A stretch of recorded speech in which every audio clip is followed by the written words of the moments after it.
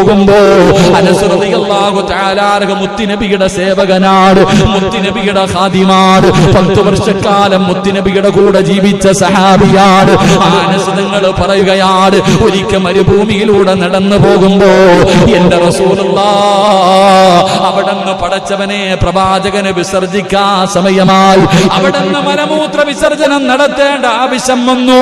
മരുഭൂമിയാണല്ലോ, ഒരു മറയുമില്ലല്ലോ, ഒരു മറയുമില്ലല്ലോ. അല്ലാഹുവിന്റെ പ്രവാചകൻ നോക്കുമ്പോ 2 മരങ്ങൾ നിൽക്കുകയാണ്.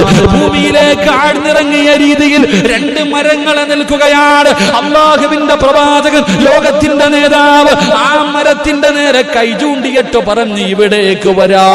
സുബ്ഹാനല്ലാഹ്, അതാ ഒരു മനുഷ്യൻ നടന്നു വരുന്നത് പോലെ, ഒരു മനുഷ്യൻ നടന്നു വരുന്നത് പോലെ ആ 2 മരങ്ങൾ അല്ലാഹുവിന്റെ റസൂലിന്റെ ചാരത്തേക്ക് വരികയാ. മുത്തുനബിയുടെ ചാരത്തേക്ക് ആ മരങ്ങൾ നടന്നു വരികയാണ്. പ്രവാചകനും മറയിട്ട്